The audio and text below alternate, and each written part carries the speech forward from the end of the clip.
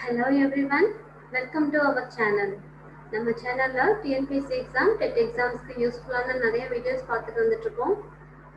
இந்த வீடியோ வந்து ப்ரீவியஸ் வீடியோவோட கண்டினியூவேஷன். லாஸ்ட் வீடியோவில் நம்ம 9th standard social science 3rd யூனிட்ல early Tamil society and culture இந்த யூனிட்ல 3.1 வந்து ஃபுல்லாக பார்த்தோம். இதை வந்து நம்ம லைன் பை லைன் பார்த்து இம்பார்ட்டன்ட் 1 மார்க்ஸ் எல்லாம் மார்க் பண்ணிட்டோம். இப்போ இது அந்த ப்ரீவியஸ் வீடியோவோட கண்டினியூவேஷன் தான் இந்த வீடியோ. இந்த வீடியோல 3.2 அந்த பார்ட் பார்க்க போறோம். அந்த இதுலயுமே வந்து லைன் பை லைன் வந்து நம்ம 1 மார்க் பார்க்க போறோம். ஸோ நம்ம இந்த 1 மார்க்கையும் மிஸ் பண்ணாம நம்மளுக்கு ஃபில்டர் பண்றதுக்கு ரொம்பவே ஈஸியா இருக்கும். நம்ம சேனல்ல என்ன சப்ஸ்கிரைப் பண்ணலன்னா மறக்காம சப்ஸ்கிரைப் பண்ணிக்கோங்க.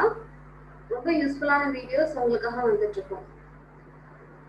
3.2 த சங்கம் age.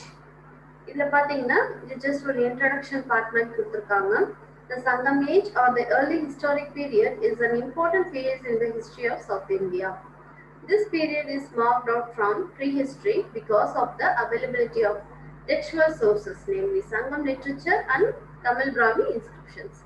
Sangam text is a vast corpus of literature that serves as an important source of the study of people and society of the relevant period. So இந்த சங்கம் லிட்ரேச்சர் சங்கம் ஏஜை பற்றி நம்மளால எப்படி தெரிஞ்சுக்க முடியுது அப்படின்னா நிறைய இலக்கணங்கள் இலக்கியங்கள் வந்து இந்த காலத்துல வந்து உருவானதுனால அந்த அந்த பீரியட்ல வாழ்ந்த மக்களோட வாழ்க்கை முறைகள், அவங்களோட பழக்க வழக்கங்கள், அவங்க யூஸ் பண்ண பொருட்கள், அதை வச்சு அவங்களோட ஹிஸ்டரி நம்மளால தெரிஞ்சுக்க முடியுது. ஸோ chronology அப்படின்னா என்னன்னா, there is considerable debate among scholars about the age and chronology of சங்கம் சொசைட்டி. ஸோ சங்கம் சொசைட்டியோட டைம் பீரியட் chronology அப்படின்றது என்னன்னா டைம் பீரியட், அந்த டைம் ஆர்டர் சொல்லுவோம் இல்லையா அது. இப்போ சங்கம் சொசைட்டி அது வந்து சங்ககாலம் சொல்றோம் இல்லையா, அது வந்து எந்த காலத்தை சார்ந்தது அப்படின்றதுல வந்து ஒரு பெரிய டிபேட்டே இருக்கு.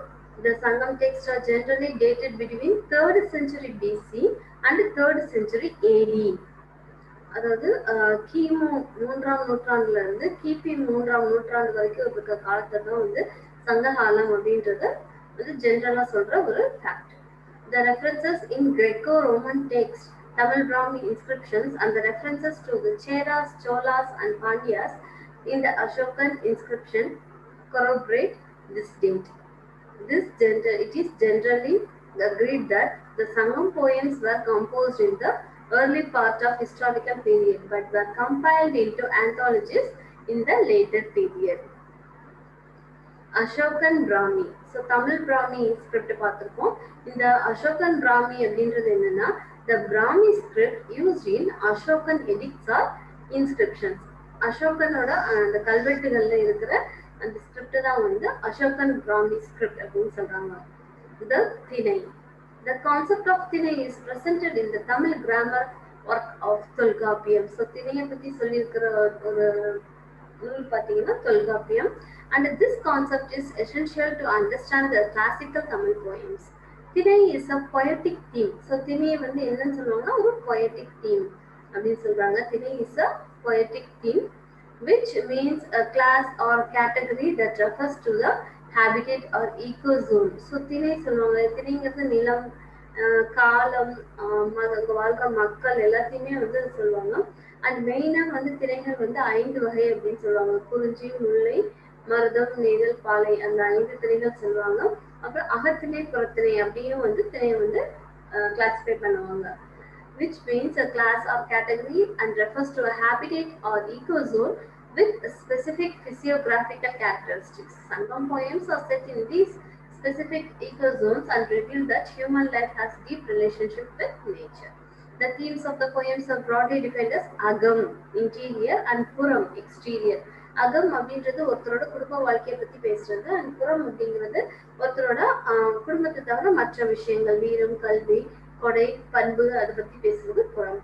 Agathinai refers to various situations of love and family life, while Purathinai is concerned with all other aspects of life and deals particularly with war and heroism. இதுல ஐந்திணை. ஸோ ஐந்திணை அப்படின்றது என்னன்னா, நம்ம சொன்னோம் இல்லையா, குறிஞ்சி, முல்லை, மருதம், நெய்தல், பாலை, இதுதான் வந்து அன்பின் ஐந்திணை அப்படின்னு சொல்லுவாங்க. தமிழகம் was divided into 5 landscapes மொத்தமா வந்து தமிழ்நாட்டுல இருக்கிற லேண்ட்ஸ்கேப் வந்து 5க்குள்ள அடைக்கும். 5 கிளாசிபிகேஷன் 5 டைப்ல வந்து நம்மளால கொண்டு வர முடியும். ஸோ அங்க என்னென்ன கடவுள் வழிபாடு இருக்காங்க, என்ன தொழில் இருக்காங்க, மக்களோட வாழ்க்கை முறை என்ன, அவங்களுக்கு சுற்றுச்சூழல் என்ன அப்படின்றத பத்தி தெரிஞ்சுக்கிறது தான் இந்த 5 அப்படின்றது. குறிஞ்சி, முல்லை, மருதம், நெய்தல், பாலை. குறிஞ்சின்றது நம்மளுக்கு தெரியும், refers to hilly and mountain region, மலையும் மலை சார்ந்த இடமும் அப்படின்னு சொல்லி தமிழ் சொல்லுவோம் இல்லையா. ஸோ அதுதான் இந்த குறிஞ்சி. குறிஞ்சின்றது மலையும் மலை சார்ந்த இடமும். Second one Mullai. முல்லைங்கிறது forest region, forested and pastoral region, கால்நடை வளர்க்குற இடம் அப்படி இல்லைன்னா வந்து ஃபாரஸ்ட் இருக்க பிளேஸ் அப்படின்னு சொல்லலாம். மருதம்ங்கிறது ஃபெர்டைல் ரிவரைன் வேலி, அதாவது மருதம்ங்கிறது வயலும் வயல் சார்ந்த இடமும் அப்படின்னு சொல்லலாம். நெய்தல்ங்கிறது கோஸ்டல் ரீஜன், அதாவது கடலும் கடல் சார்ந்த இடமும் அந்த மாதிரி சொல்லலாம், கடலும் கடல் சார்ந்த இடமும். பாலை அப்படின்றது மணலும் மணல் சார்ந்த இடமும், பாலைவனம் சொல்லுவோம் இல்லையா, அது மணலும் மணல் சார்ந்த இடமும். ஸோ குறிஞ்சிங்கிறது மலையும் மலை சார்ந்த இடமும், முல்லை காடும் காடு சார்ந்த இடங்களும், மருதம் வயலும் வயல் சார்ந்த இடமும், நெய்தல் கடலும் கடல் சார்ந்த இடங்களும், பாலைங்கிறது மணலும் மணல் சார்ந்த இடங்களும். ஸோ இதுதான் வந்து 5 அப்படின்னு சொல்லுவாங்க. ஸோ இதோட 3.2 ஓவர். நம்ம 3.3க்கு போகிறோம். Sangam, age, quality, political powers of Tamilakam. So அந்த சங்க காலத்துல பொலிட்டிக்கல் பவர்ஸ் தமிழகத்துல எப்படி இருந்தது அப்படின்றத பார்க்கலாம். The Sangam age has its roots in the Iron Age. So சங்கம் ஏஜ் வந்து அயன் ஏஜ் அந்த பீரியட்ல இருந்து இருக்கு அப்படின்றத இங்க மென்ஷன் பண்றாங்க. ஸோ சங்கம் ஏஜ் வந்து has its roots in Iron Age. In the Iron Age, people were organized to chiefdoms.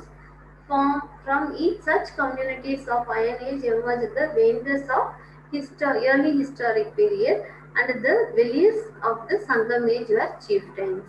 The Mauryan Emperor Ashoka conquered Kalinga and the parts of Andhra and Karnataka regions.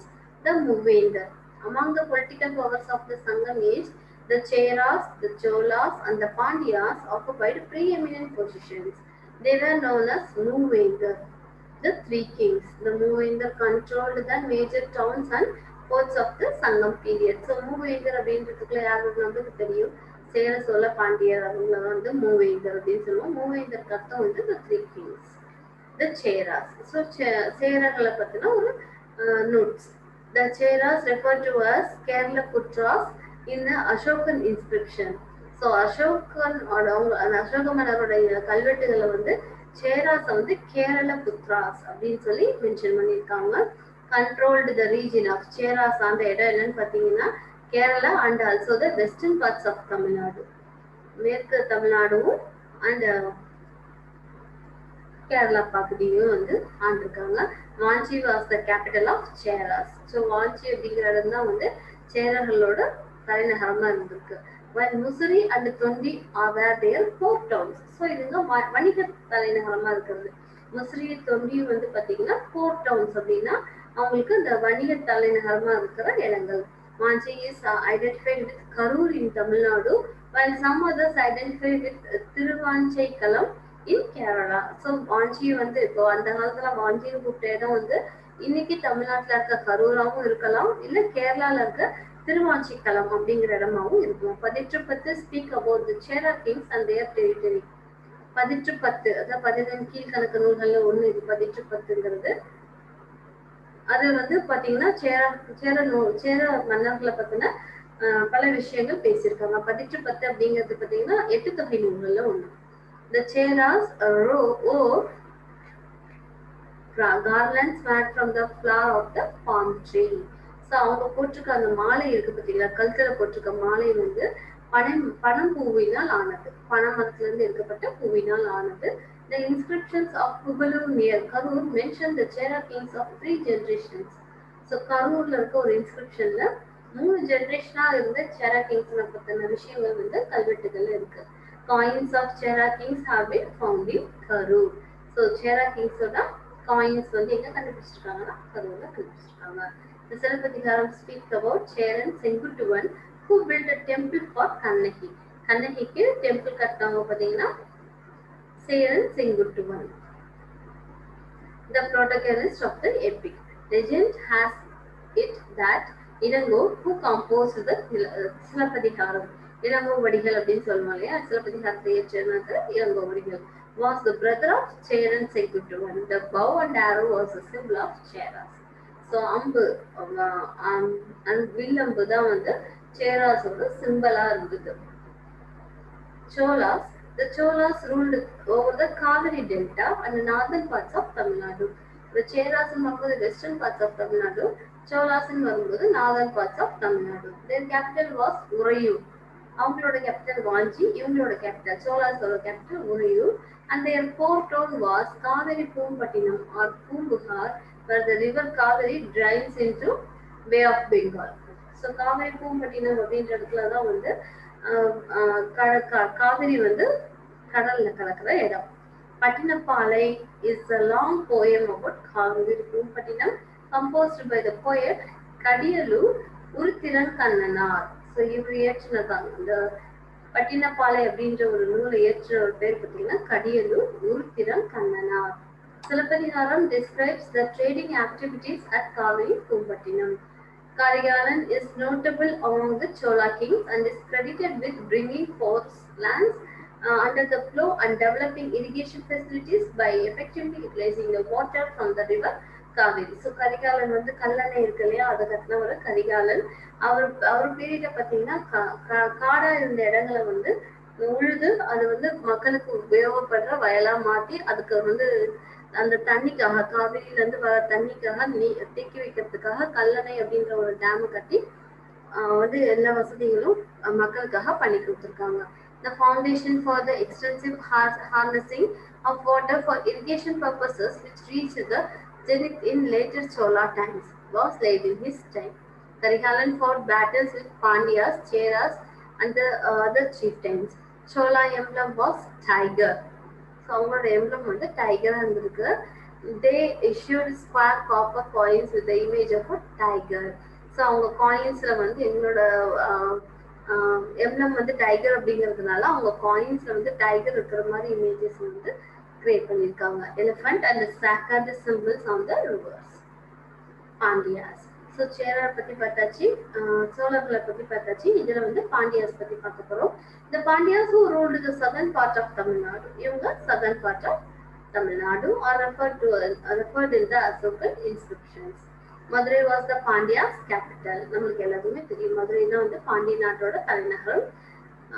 Tamil literary tradition credits Pandyan rulers with patronizing Tamil sangams and supporting the compilation of poems. So sangam தமிழோட இலக்கியங்கள் வந்து வளர்க்கப்பட்ட இடமா வந்து மதுரை வந்து கருதப்படுது. அங்க என்னன்னா இது வரைக்கும் இயற்றின தமிழ் நூல்கள் எல்லாமே வந்து ஒரு தொகுத்து வழங்கின பெருமை தமிழ் சங்கத்துக்கு உண்டு. The Mangulam Tamil Brahmi inscription mentioned the king Nedunjeliyan Nediyon Mudathirumaran Palayagassalai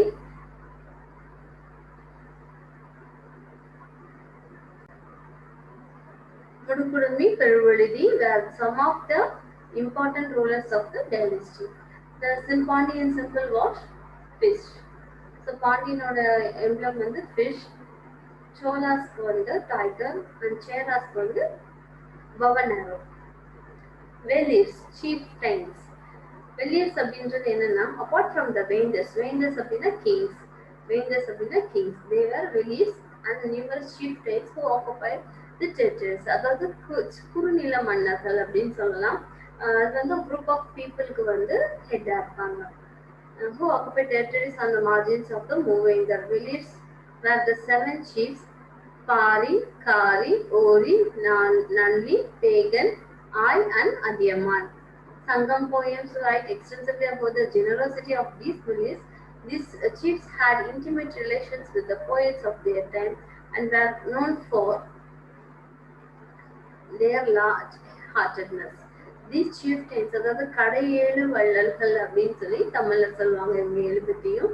These chieftains had alliance with one or other of the Moovendar and helped them in their battles against other Vendors.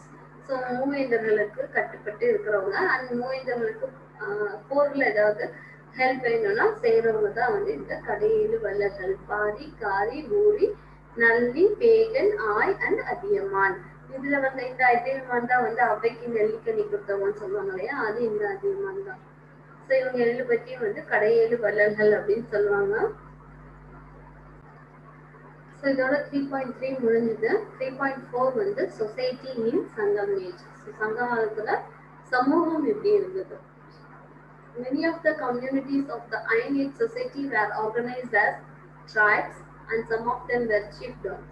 The Sangam Age society was a society in transition from a tribal community ruled by a chief to a larger kingdom ruled by a king. So society அப்படிங்கிறது அங்கே king இருப்பாங்க. And சொன்னோம் இல்லையா, அந்த மாதிரி பூர்வீக மன்னர்கள், ஒரு குரூப் ஆஃப் பீப்புளுக்கு ஒரு தலைவன், அந்த மாதிரி ஒரு சொசைட்டி தான் அப்போ இருந்தது. Composition of the society. So சொசைட்டியில் யாரெல்லாம் இருந்தாங்க? Social stratification has begun to take root in Tamil society by the Sangam times. There were several clan-based communities, including groups such as, so நிறைய communities இருக்க ஆரம்பிச்சது. பாணர், பரதவர், ஐனார், உழவர், கணவர், வேட்டுவர் and Maravar. The vendors, chiefs and others associates formed the higher social group. So வேந்தர் அப்படின்னா மக்களுக்கான தலைவர்கள் இருக்காங்க இல்லையா, அவங்க வந்து ஹையர் சோஷியல் குரூப்ல இருந்தாங்க. There were priests who were known as Anthanars. So அந்தனர்கள் வந்து அவங்களும் வந்து ஹையர் குரூப் ஆஃப் சொசைட்டில இருந்தாங்க. There were artisan groups specializing in pottery and blacksmithing. So மண்பானை செய்யறவங்க அண்ட் பிளாக் ஸ்மித் ஒர்க் பண்றவங்க, இவங்க எல்லாமே வந்து artisan group இருந்தாங்க. The caste system we find in northern India did not take root in Tamil country as social groups were divided into 5 situational types. So north இந்தியால இருந்த அளவுக்கு வந்து south இந்தியால சங்கம் பீரியட்ல வந்து அவ்வளோ casteism இல்லை. The development of agriculture and pastoral ways of life might have harmed the ecosystem and the naturally available forest and wild animals. So agriculture, development of agriculture இருந்தது. அந்த பேஸ்டரல் வேஸ், கால்நடைகள் வளர்ப்புலையும் வந்து அந்த ஈகோசிஸ்டம் பேலன்ஸ் பண்ண முடியாமல் வந்து இது பண்ணிட்டு இருந்தாங்க. அந்த naturally available forest and wild animals. It is possible that some of the hunter-gatherers might have been pushed into the forest areas and a few might have taken up the occupation of the manual laborers. The development of agriculture in the wetland region depend on the use of certain groups of people as laborers. So labor, அந்த விவசாய வேலைகளுக்காக குறிப்பிட்ட மக்களை வந்து கூலிகளா வச்சு வேலை வாங்குற பழக்கமும் இருந்தது. Women are frequently referred to in Tamil texts as mothers, heroines and foster mothers.